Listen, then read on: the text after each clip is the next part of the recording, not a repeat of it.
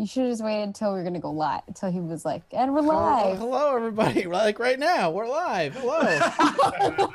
Welcome to the third. We're like, you can't hear us whenever No, we're like I can't. in the break. Yeah, no. And like poor Dowrick has been like standing here with this note, Oh, he's his dumb. like blood draining from his hand. This is the very last hour. Yes, you can put that down, Scott. The whole world can see it. We usually do 4 hours, but it's Bear's birthday. Gonna do 1 more hour, and that's gonna be it. So Sorry. no, it's fine. It's your birthday, I'm Sam's. sorry that you're working. I know, on right? your birthday. Sorry, Yeah, right? I have a birthday. Yeah, I'm sorry I was goddamn it. born. So, oh god, I'm just gonna let that happen right now. Keep it, please.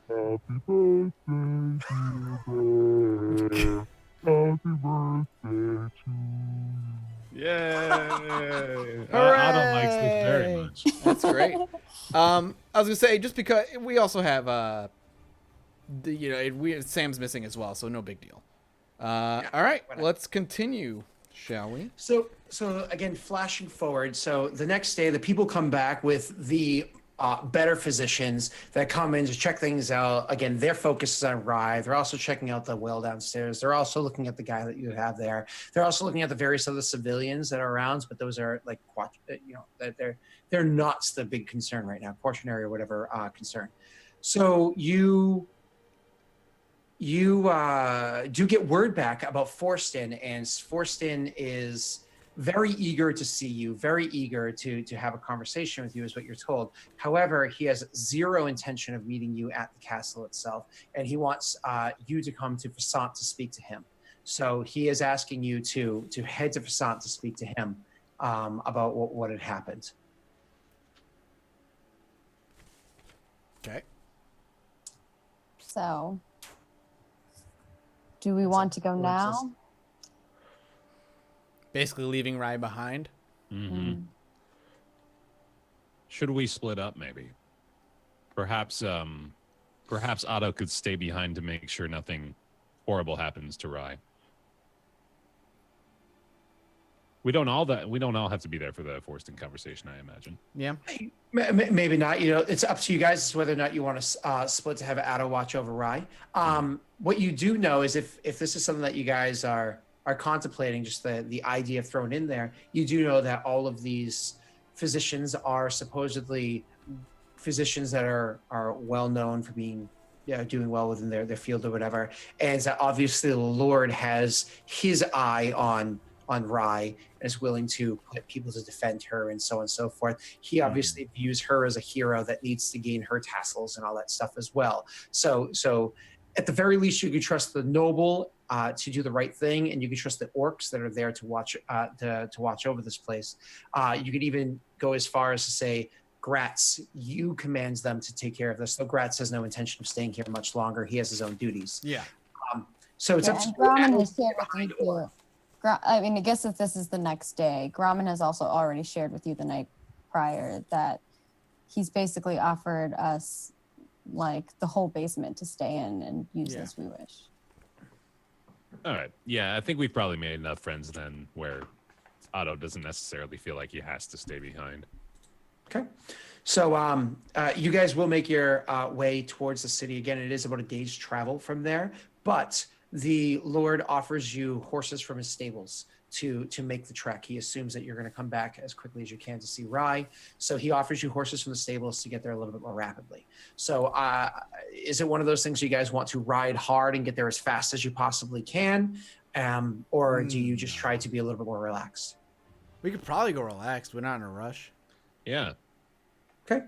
So instead of taking, to the next, it takes you obviously a long while to get there, but you're not going to be as exhausted when you show up and so on and so forth. And luckily enough, when you get there, it's going to be nighttime, which is probably idyllic for meeting with Forston anyway, since he seems to be a bit of a shady character. So going to try to meet up with him, one of the first things that you're going to try to do is make contact with Rye's contacts to see where it is Forston is. So who is it that would probably try to approach the golden swords? 7 golden swords. No, it's got to be Thonk, right? Sure. I feel like Thonk or you. Yeah, me? Yeah. I don't know. Okay. So you're saying Thonk? I'm sorry. Thong should go. Yeah, Okay, Thong. sure. So Thonk, why don't you roll yourself a persuasion check to try to get a hold of somebody and get the word to him and whatnot. Sure. There you go. That'll work. Oh, okay. So not only do you get the word there, but you get it there discreetly. So very quickly, somebody's actually able to get back to you and to say, you know, meet us at this place, so on and so forth, only a couple hours from where it is. You go and you meet up with where it is that that Forston is. The group of you together go and meet up with him at a location. Once again, you do have a couple of those I keep messing up the name, the golden swords that are around watching this meeting happening. And so when you walk in to see him, he's very excited to see you guys. As you walk in the door, he's like, I am so happy to hear that things went as well as they did. This is amazing news. This is incredible. Thank you so much for both going there and being as successful as you are. I did, however, hear that Rye is not doing so well. Is she going to make it? Is she going to be okay? Once again, he's throwing this all at you as you're walking in the door. It's kind of a bit much at once. He nods to all that. Rye has fallen sick, but everything was taken care of, as you said. I'm glad to hear it. Now, as you know, I've been with my guards since before even the last time we met. I cannot leave here.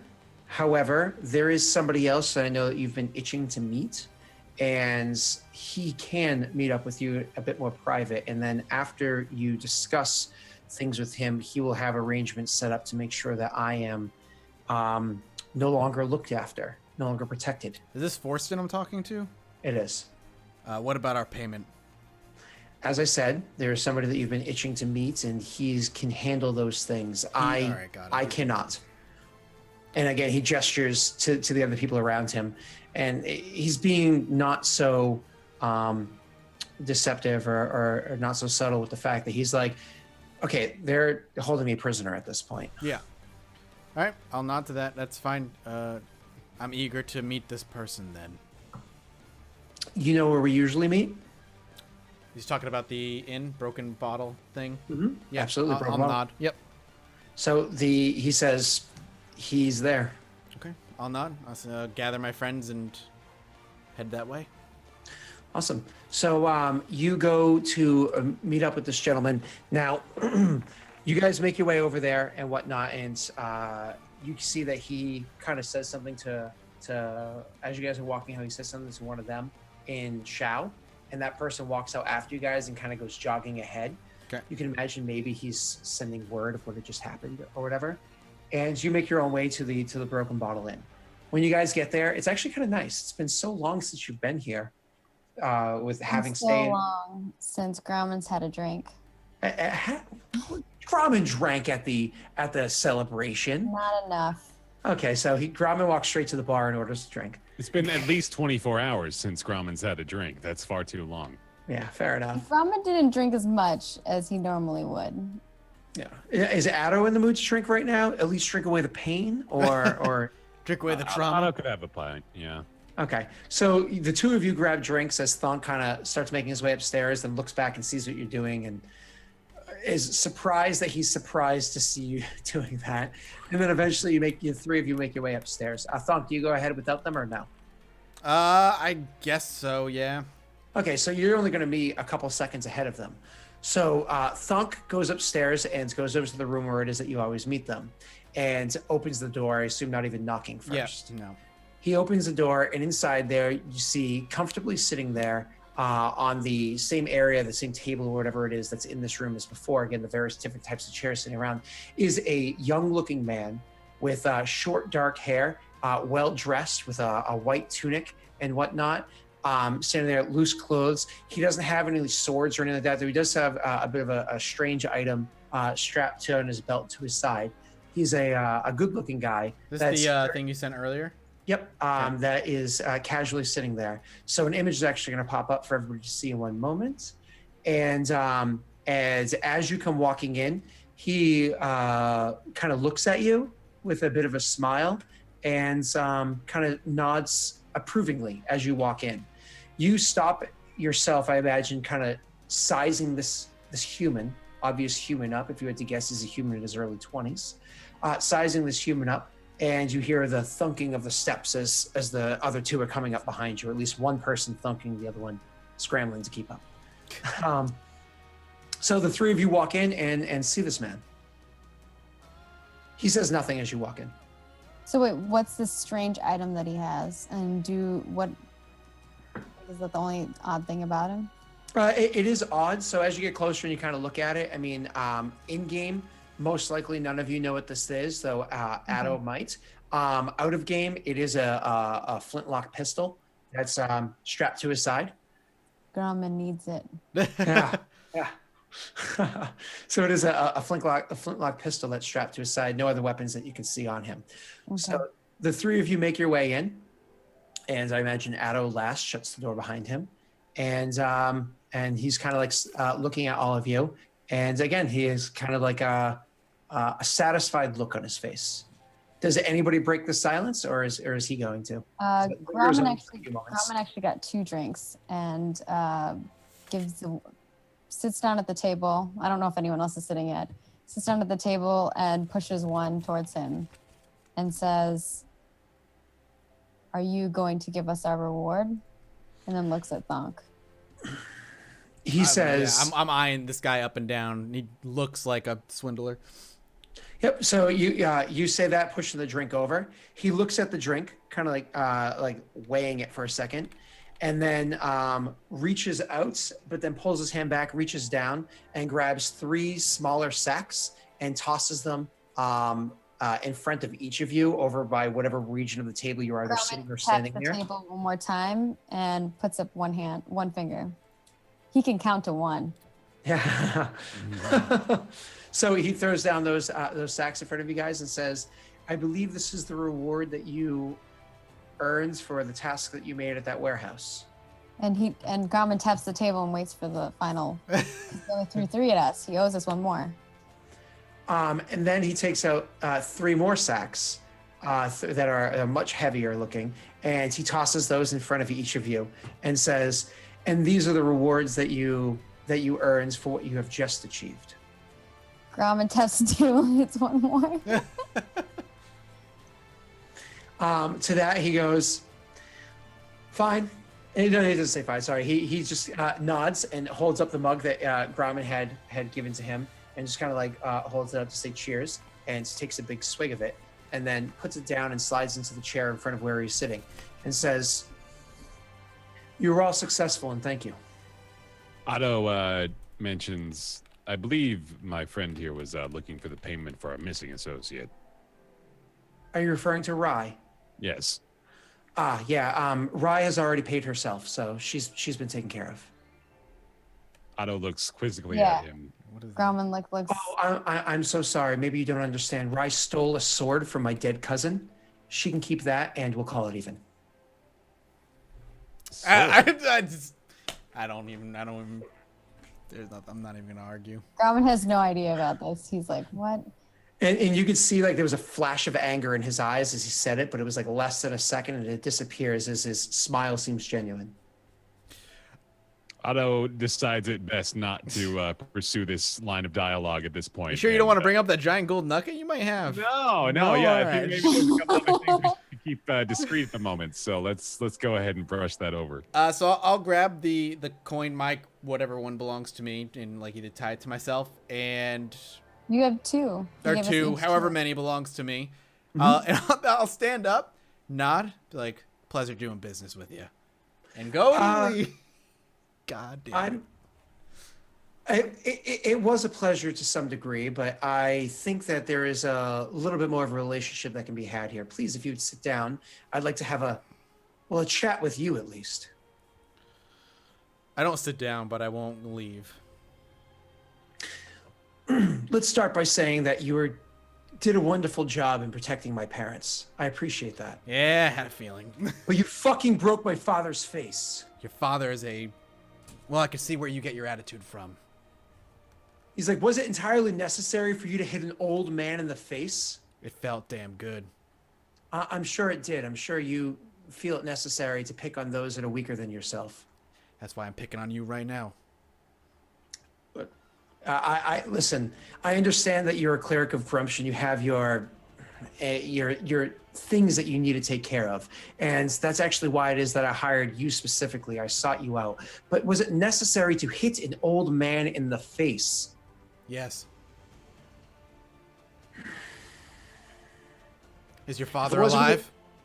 Grauman's gonna like try to hold back giggles while he's just like, oh, this is literally what he's doing. He's like putting the beer in his mouth and like it's kind of like chuckling, but like trying to hide it while he's drinking. Otto was holding it together, but looks up at Grauman and kind of. So yeah, I cut him off, and my question lingers: is your father alive? Yeah, you did a miraculous job there. Then I suggest you shut your mouth and move on to the other business. Learn to let things go, boy. So, I imagine you're a little curious as to what it is that you've been doing and why it is you've been doing it this whole time. I've gotten my money. My curiosity is gone, but perhaps the other two are more curious. If you're not curious, fine. Then I just have another job for you. So we Otto and I were there when we saw that Forston was clearly being held against his will. Mm-hmm. I guess my question would be then, I kind of like butt in and I'm like, another job? What about our friend, Forston? A price has been negotiated. I just need to deliver. Forston will be taken care of. But before I can do that, there's something else that needs to be taken care of. Forston will be released from his custody after a certain price has been paid. They're holding him ransom. For? Gold. Why? Because they can. And they know that I'm willing to pay it. Why are you willing? Because competence, and he looks at Thog and says, intelligence is hard to come by. And Forston is somebody that is very loyal to me, and so I return that loyalty. I once thought he was loyal too. Once thought? Whatever your relationship with Forston is not necessary here. I do have another job for you, if you're willing to earn more money. Otto speaks up. Yeah, we're listening. Let's just say it rounds out the rest of everything. I can carry. I'm not encumbered yet. Let's just say it rounds out everything that you've been working on. Do you remember Zaris, the man that you had captured outside the facility where you brought my gold to me? Otto nods. Well, he's a little bit more slippery than your typical thief, and he was able to escape custody. I have finally discovered where it is that the Shadow Lord's base of operation is inside of the city, and I know that he is holding up there with the last couple of people that escaped Black Hill, the ones that slipped through your grasp. I know that I know exactly where they are and when to hit. So, my last job for you is to finish the whole job. Get rid of Zaris. Get rid of him, and finally the city will be removed from their hands. Completely removed from their hands. Grauman actually kind of like belches out a full-on laugh and continues drinking. Because he knows that, from what Rise said, that's not an easy feat. Mm-hmm. So when when Grauman starts laughing, he just kind of looks at Grauman like perplexed, like what? And so I suppose he looks to Rye to interpret. You mean Otto? Yeah, Oh, Rise. sorry. Not here. Otto. Rye is having a fever dream elsewhere. I miss Rye so much. Through a telescope, he's like, Otto has a little bit of a wry smile after hearing Grommel's belly laugh I too. see what you did there. Uh-huh. He says, "Friend, you must understand the gravity of this request, I do, yes. but you don't make it lightly." You will be compensated accordingly. I look over to Thonk. Seem interesting to you? I mean, interesting's the wrong word. Let me phrase it like this. There is always, in cities like this, somebody who has their hands in various different pots, okay? Why it is they have their hands in those pots, that's up to the individual. If this power vacuum is made, I will step in and fill it. And I will owe you a favor. Of course. Yeah. Grommen says. I will owe you more than a favor. Hell, the actual location that it is their base of operations is a tavern. I'll give you a cut.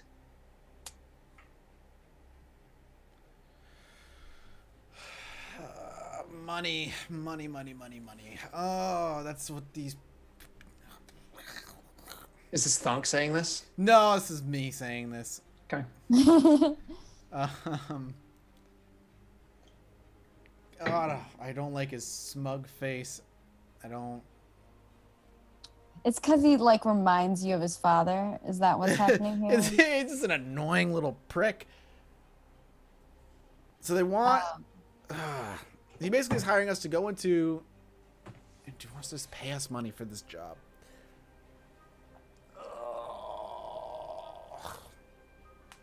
The two of you say anything or think anything, or are you just watching Thunk try to weigh out the options? We're watching like Thonk have an internal struggle. Grommen's thinking while he takes a.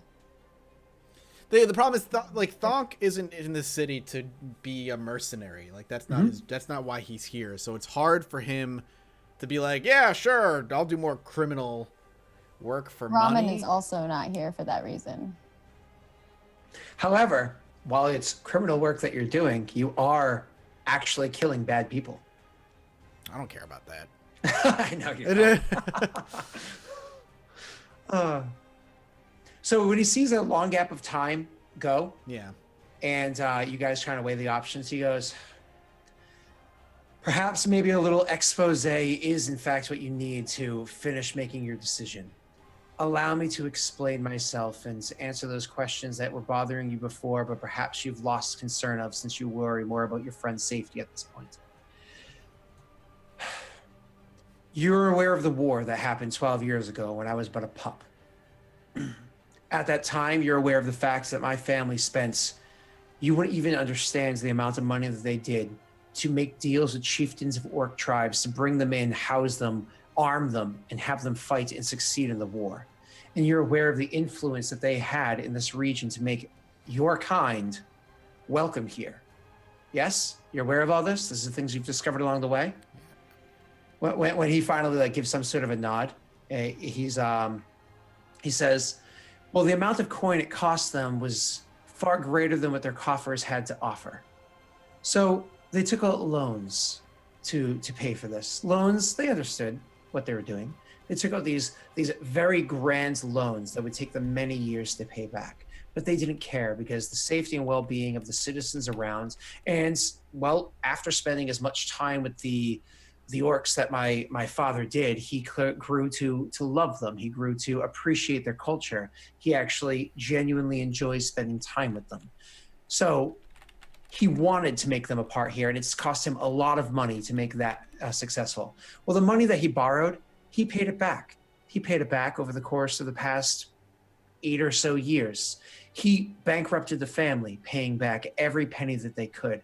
And when finally the last penny that he paid with the interest that he knew to be was paid, he finally went and delivered the last payment himself in person and was happy to be done with the deal. Except that he found out that that wasn't the end of the deal. As a matter of fact, at this point in time, he had only been paying back with each payment what his interest was with each payment. His interest and interest alone, the principal hadn't even been touched yet. Do you understand what this means? This means that that amount of money that they owed from 12 years ago is still owed to this day. He bankrupted my family in making this happen.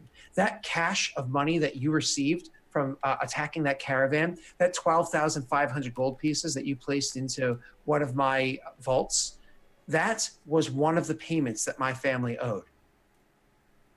My family is poor because of what they did. And I'm doing everything in my power to try to get my family back out from underneath the thumb of these shadow lords. And so, yes, you are helping a little bit of nefarious activity in assisting me to defeat these fuckers. And you are helping me into taking back the city. But what I intend to do is to give the power back to where it belongs, away from these evil fuckers and back to my father, who is a good person that wants to do good things. And sure, there is a selfish bit involved. Sure, one day my parents will be eating dirt and it'll all fall to me. And I will benefit from it in the end. But it goes beyond just the fact that I'm going to be a wealthy little cunt like I have been until this point. It's going to go to the point that my father's name and his legacy will continue on. So I am asking you to help me in continuing my father's name, the same father that gave your people an opportunity to do what they have done in this region, to be what they've become in this region. Don't let those that died to defend my family die in vain. Let that go one step further. Please, good sir. Grauman, like, he's like, just kind of like, oh shit, and like looks at Otto, and then looks at Thonk, waiting to see what the response is. Otto, before Thonk can even respond, actually slams his hand down on the table. Now that's what I needed to hear. A good story. A good story. A good motivation is all we needed. Grauman gives you like puts his mug up and hits your mug pretty much almost out of your hand. Bear, you're awesome. Well, what say you, Thonk? God, this dude just fucking lectured me. I stand up and I punch him in the face. Do you actually try to punch him in the face? I just want to crack him in the face real quick. Just like pop him. You're gonna against this particular target, you're gonna have to make an attack roll there. Sir. No, don't make me do that. I want to try to make him. I want to try to stop him from punching him. This is great. I really hope you do actually punch him in the face, though. So, Mathis, attack roll. It's strength and so on. So Maggie, athletics to grapple him, and I have my armor class. So, Come on, man! It's a surprise attack. He doesn't know what's coming. Super surprising because you punched his father in the face. Well, that is.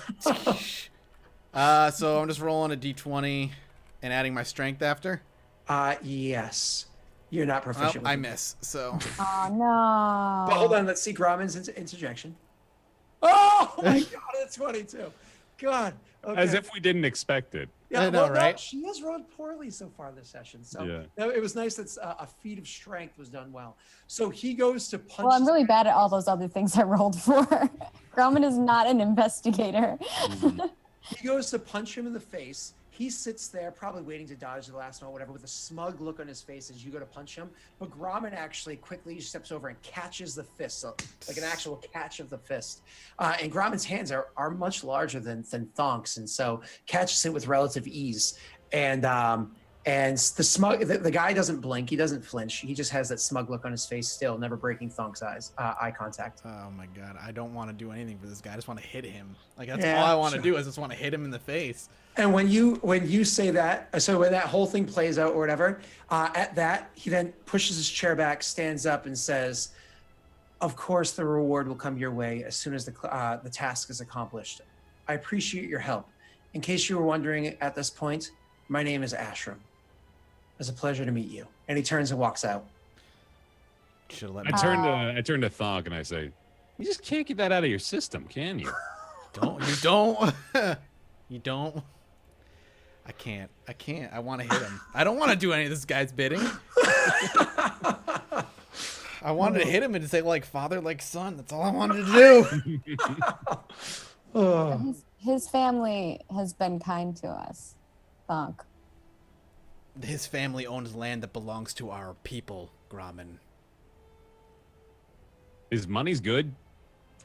Everybody's money's good, Otto. Land is always going to be owned by someone. And it should be Better us. someone that we befriend than someone that is our enemy. You think And like if they are our enemy, you think keep like a your enemy subservient close. slave, Grommen. Oh, shit. Shots fired. Grommen is gonna punch them. Maggie, He just insulted me. I'm Good, punching him. good, yes. Swing, I'm swing. enraged, and I'm gonna punch him in the face. Punch What am I- me. Right? Seeing that Gromit is about to go full throttle, I'm gonna go ahead and cast Friends. Are you gonna try and stop her or Yeah. stop him? That's I awesome. think you might win it too. I'm gonna cast Friends on Gromit and say, "Hey, buddy, let's get a pint." this is a double persuasion, Sarah. Roll 2 persuasions or 2 deceptions, depending on what it is that you're trying to do. What do I roll against him? No, so it's funny. So there have been 1,010,000 different ways to go against this. Technically speaking, these rolls don't work against PCs. You don't have like set DCs or whatever, right? So the rule of thumb that I've always used in the past is kind of one of those. It's based off your character's wisdom or charisma. It's your own first of personality or or ability to perceive past what they're trying to do. But really, he's rolled a 21 to express how well he explained his things to you. You're going to role play your character however you want to. So he rolled a 21, which is very high. Brahman's going to react accordingly for whatever DC you set in your mind. You know what I mean? In 5e, a 20 is very hard, but you do what you like, of course. A 20 is hard. But you are raging and so on and so forth, and I will not discredit your decision. I don't know what that would be. Int, right, or something like an int saving roll or something, maybe. It's more of like a wisdom for like I'd say common wisdom, sense or charisma. Oh yeah. That's great. So I guess you succumb. I go to punch Thonk in the face, and Grommen he hears for some reason, and this stops him. Is like, chill out, bro. Let's go get a drink. And he's like, he still has his other drink in his hand, and he realizes it is empty, and is like, I'll deal with this another time. But Thonk, don't punch everyone. Some people deserve to get punched, though. And then he walks away. So the two of you go downstairs to get drinks, yes? Yep. Sometime around the bar, or downstairs when you guys are around the bar, this happens, which is the tail end of Friends. Yep. In which case, Grommen then turns to punch Addo. Upon the expiration of the spell, well, actually, Otto, is very well aware of the time limit inherent with Is he going to spam this every minute? abjuration. So no, he's made a point of it not to be around Grommen when the spell expires. So he excuses himself when the clock is about to strike the high point and makes his way back upstairs to go have a conversation with Thonk, ideally as far away from Grommen as possible for a while. So he gets a drink and has a couple of sips. He's like, "Oh, I had something I needed to say to Thonk." Yeah. Heads upstairs, and Grommen's down there, and all of a sudden, he's like, "Yeah, of course." Hey, please, Maggie. Yeah, Grommen realizes that Addo has used a spell on him, and I don't think Grommen has ever had a friend do that. So now he feels betrayed, and so he's gonna go upstairs with his drink. Oh, jeez. Oh no. Here we Okay, go. You guys have your little combo first. Sure. And Maggie, you interject whenever you feel as there was an appropriate amount of time. Go. All right. Otto comes into the room. Hey, listen, Grommen's gonna be mad at me. We gotta figure this out. Could you please maybe try to reason with him? We need to do something. I don't say a word. I stand there and I just kind of have my arms crossed, kind of like looking at you and looking past you, kind of just waiting for the door to open. He hands Grommen pushes the door open, full force. The door swings, it slams on the other side, and he's like, "You." And I know what you're before thinking. he points at Addo and he's like, "You're next," and he goes to punch Thonk in the face. First, he's punching Thonk in the face. Is that what you just said? Finish his task. Yeah. Oh, Okay, well that beats your AC. yeah. You don't need to necessarily worry about damage unless you feel like rolling it there, Maggie. No, that's fine. Okay, so you're great. You're next. Boom! Catches Thonk off guard and slugs him right in the face. Luckily, his bones are a little more firm than some old man, and just gives him a nice black eye and maybe bloodies his nose. Thonk sees, like a ring of pain happens in his ears, as his nose gets struck, and gets that tunnel vision that happens as his eyes are watering a little bit. Does he react or does he accept? Oh no! I was actually going to say like you don't have to roll. I take the hit. Yeah, I was going to willingly take it, but that you catch me off guard is fine. I don't react. Sure. So do you say anything afterwards? No, I want to see what happens next. Okay, so. And then he's gonna pick up Addo and just like kind of grab him by the back of his shirt. Uh-oh. Oh man. Getting scruffed like a kitten. Listen, buddy. It's me. It's Hato. You don't want to hurt me, right? I'm just a little guy. You might break me. Persuasion. I'm going to intimidate him, and I'm going to be like, "Don't ever do that again." Okay. Maggie, Yeah. you're welcome to roll intimidation with advantage. All right, you can add whatever. Oh, with advantage. Yes, ma'am. Could roll again, just Yeah. twice. Right? You could roll a 4. Otto's shit in his pants. You got it. It doesn't matter. He's a halfling and he's resistant to fear. The simple fact is, you're fucking scary. Yeah. And he did do a little bit of a shitty thing to his pal, so he's kind of in the wrong here. Yep. Okay, so just simply, don't ever do that again. Yeah. Okay. And then he puts you down, and he's like, "You've never done that before, have you? Mm-mm. Are you lying to me?" No. He backs up and he looks right back at Thonk. I'm just But he watching. closes the door first before Thonk can walk out. Okay, that's fine. So you guys kind of go out and have your drinks or spend your night relaxing or whatever. When Ashram had left, he did leave behind on the table, which Thunk, he did linger around in that room. He would have noticed it himself, whereas the other two were distracted and excited to have drinks. Thunk sat there angrily for a little bit and then found the written letters or whatever that were sitting there beforehand, opened them up and read them. And it was information as to the address of the location, the fact that the actual base of operations is on the second floor, that this is a place that's actually in a mediocre neighborhood. It's in a neighborhood that has there's a few nice houses and whatnot. There's a couple of not so nice houses over in that area too. It's actually the tavern that's immediately adjacent to Pret's house, which obviously her hands are pretty dirty anyways. So hers is a rather large house that's immediately adjacent to this tavern.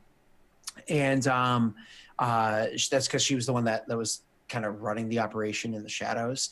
She was more of a face than somebody that did things, but she had obviously her private life, her secret shadow master life. So you were able to kind of take in this information, see what it is, so on and so forth, and kind of looking it over, that maybe the best bet is for you to attack sometime in the night, because then you can almost guarantee that they're going to be there as opposed to at their own homes, whatever they're doing, so on and so forth.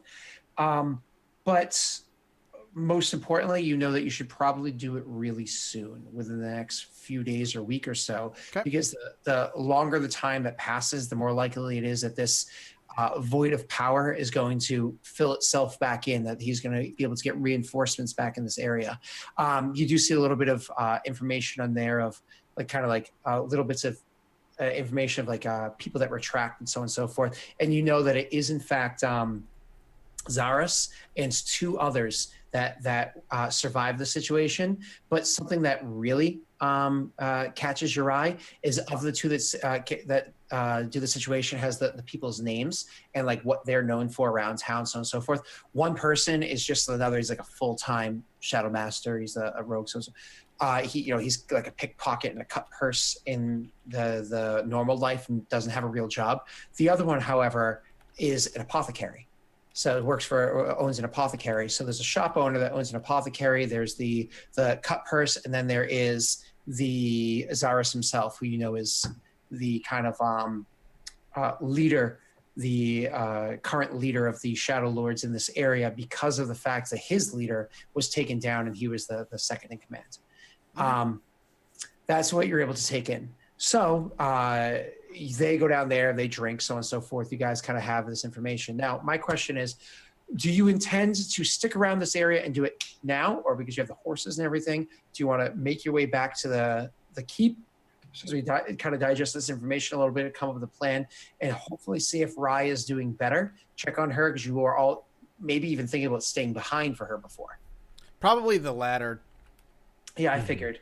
I figured that would be the case. So that night, you allow your the other two to drink while you kind of fume for a little bit. Is there anything else that he wants to do in this city while he's here right now, or is he just kind of going to be one, angry, and two, kind of single-minded focus and accomplishing this task so we can work on other things right now?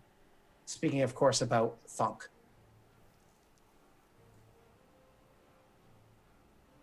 I guess he's pretty fucking single-minded and focused, so. Sure. So your friends or companions at least, yeah. If you call your acquaintances. Whatever. Your pawns would allow them to drink tonight, so on and so forth. The next day, probably when they're hungover, you get them up and make them start making their way back to the Black Hill. And you make your way to Black Hill to check on Rye, so on and so forth. You guys get back there. And it's midnight now, or at least on the East Coast. So while we did start a couple minutes late, we can button up at this point and pick up next week with how things are going. So, and we should have Sam back as well. Actually, you know what? If you guys want to, we could, one last thing, that person that was you beat the living hell out of before is actually conscious at this point. You do that quick little RP first. No, I want Sam actually for that. Oh, fun. No, Sam needs to be there for that. There's a reason I need him around. I think during the time frame during that evening when they're drinking, Grauman actually remembers what he was doing in the first place before he came there, before he met all these guys after that, and kind of starts thinking about how he can accomplish like finding the people who killed his family. And maybe he would tell Otto like a little bit of the story and kind of apologizes for scaring him, but being betrayed. Don't do that again, Otto. Yeah, don't do that again. Awesome. So the last thing I'll say before we do our typical farewell stuff, I was trying to work this in a little bit more smoothly earlier, but we can just kind of do this now. One of the points in time where you guys are kind of kicking around the keep, or maybe after you came back and you were checking on Rye and so on and so forth, Otto was told through Grauman that you guys have like full range of the keep and everything, and you're welcome to go and check out like his private library and whatnot over in his study. And so Otto loves books, he loves knowledge, he loves all that stuff. Otto would spending a little bit of time in there and reading up on the lore that's over in that area. One of the books actually catches his eye. It's a nifty thing, and he's kind of like, it has old poems and tales and so on and so forth. And he loves to kind of like take that stuff in and put his own little twist on it and kind of expand his ability to do so, to do that. And while flipping through the pages and reading through the book, he's kind of reading about stuff, and he saw like this one poem that mentioned something that kind of caught his eye, and it was a description of a particular instrument. And so he's like, oh, that's kind of cool. And one of the things they notice is that in the description of this instrument, this famous bard from before used, is probably the most prominent feature about this type of lute was the fact that it is constructed out of a wood, out of alder wood, which is just this type of wood that grows over in a region of Faerû known as Cormanthor. So it's a region that is predominantly elves, live out there. It's actually where like a lot of high elves were. It was a much greater forest back in the day before it cut down, so on and so forth. But there's a lot of old, ancient, magical trees there, and the alder wood is the only kind of wood that was used for crafting this in particular type of instrument that was used by this bard. And other knockoffs have been made over the course of years. But again, alder wood was one of the biggest consistencies of what they did for that. Sorry, and just the way it was shaped, the way it was designed, you can see that he's kind of like reading this thing, and he's like, "Hey, wait a second." And he goes and he looks at his own loot that he has, and he's like, "Wow, mine is actually made out of alder wood, and it's rather sleek in design and pure shaped and whatnot. Sure, it's got a few cracks in it and a few scratches on it and whatnot, but," he's like, "Huh." He even looks inside to like confirm. He's like, "This thing is even inlaid with copper. That's really weird." And so he comes to realize that at the very least, the loot that he has acquired sometime in his past is a mock-off of what this famous bard once used a long time ago. And it's kind of like, huh, that's strange. And one of the most amazing things about it is that this loot tends to be one of magic in nature. Even the knockoffs tend to be magic in nature. Though with a lot of magic items, they don't tend to function when they're damaged or broken. And so he's looking at this thing and kind of digesting it and realizing all the notches and scratches and cracks that were put into it from, a previous encounter. But it is something that he sees and comes across in that library. Addo.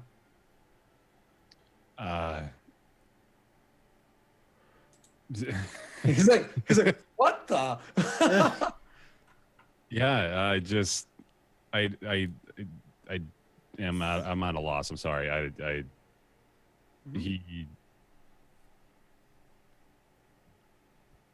imagine Addo himself is equally flabbergasted, realizing he's carried for a long period of time is potentially an item that is a magical one. Something that he may be interested in, but sadly lacks the ability to look into himself. Yeah, so I think Addo Bear, just so you know, certain people can like detect magic. I don't know if Mathis has it. I can actually, yeah. Yeah. So I can do that next time we get together. Yep. And maybe find out if your shit's magical, bruh. Okay. Cool. Well, we're going to wrap up the week here. Thank you guys for coming by. Thank you for all the subscribers who jumped on. I think we got like 8 subscribers who jumped in, so I appreciate that greatly. Wow. Thank you guys very much. I really appreciate that. This is wicked exciting. So I don't know if this is known or not. I have never done anything like this before in my life, and all the support that everybody's given up until this point, I really appreciate that. I truly do. This is a wonderful experience, and it's enhanced very much so by Sam, Bear, and Maggie. Like they're so much fun to hang out with, and you guys are making a great community. Like I said, the artwork that's come in so far, even the first session with the quick sketch of Addo on the stool. Yeah, that was awesome. Amazing. So yeah, it's good stuff. And thank you, Bear, for coming in on your birthday. Happy birthday again, Bear. Yeah, it was great. Happy birthday, man. Go enjoy the rest of your night. Getting a crunk boy. That's what you do, right? 27-year-old. You know it, man. Yeah. Oh God. I'm out there partying, dude. Okay, so when you say that, I'm just gonna picture that 10-year-old picture of you being like, yeah, exactly. Where I'm being a gangster on MySpace. Oh. That was a MySpace picture, man. oh God. I was Nobody shirtless. needs to see 2006 Bear. I got this long moppy hair, man. It's the most disgusting thing in That's the world. awesome. Dude, my That is ponytail fantastic. came down to here. Okay, came down to here. All right, it was bad, like drain clogger. All right, it was bad. Gross. Well, I'll go around the room. You can find out where you can find them words. All right, Bear, where can people find you? Everybody, Bear Taffy, YouTube, Twitch, and Twitter, BAER Taffy. I'm doing some games. I'm playing The Last Guardian, which just came out. Really stoked about that, and also doing another D&D series on Fridays over on twitch.tv/hyperrpg. You can catch that at 2:30 p.m. or 3 o'clock p.m. Pacific on Friday. Hell yeah. And Maggie, where can people find you? You can find me at Margaret Crone on all the things, Twitch, Twitter, YouTube, all the places. I'm going to go stream right after this. I got an extra hour, bonus hour. Yay! It's going to be fun. Although this weekend I'm going to be pretty busy as well because it's my birthday this weekend. Oh, Hey, damn. The birthday extravaganza. This is a popular birthday time. Yeah, it's a Yeah. very Are you turning birthday time. 22? 23? Yeah. What is it? Yeah. So totally, I'm going to go with that is how old that I'm turning. Oh, that's so exciting. But yeah, this has been awesome. Thank you guys so much for having me. And Thanks for being part of it. It's awesome. Scott, where can people find you on the internet? Wow, you say that with a tone. Where can people find you on the internet? Twitch. Twitch. Exactly. Right That is why I said it, Scott, because you're like, the interweb things. I am Twitter at Delric, which you can see right here. I'm also Delric.master, I believe, on Reddit. Sometimes I respond to the stuff that's on there, and doing secret things with Mathis behind closed doors that nobody knows about. yeah, you'll see hopefully in the next week or two that announcement. No announcements. What are you talking about? Yeah. For me, you can find me over at youtube.com/JudgeMathisGames. This Friday, the first episode of Star Wars Month goes live. We'll be doing Star Wars games all month on that channel. Twitter.com/MathisGames. And for the subreddit for this, there's a link down below, but there's a Lost Initiative subreddit you guys can go check out. There's a Lost Initiative Twitter you can go check out by the same name. All the links are below. Thank you guys for hanging out with us this week. We'll be back with the full crew next week. We'll see you then. Bye. That's if Rye's not dead. Right. Rye's not dead. No.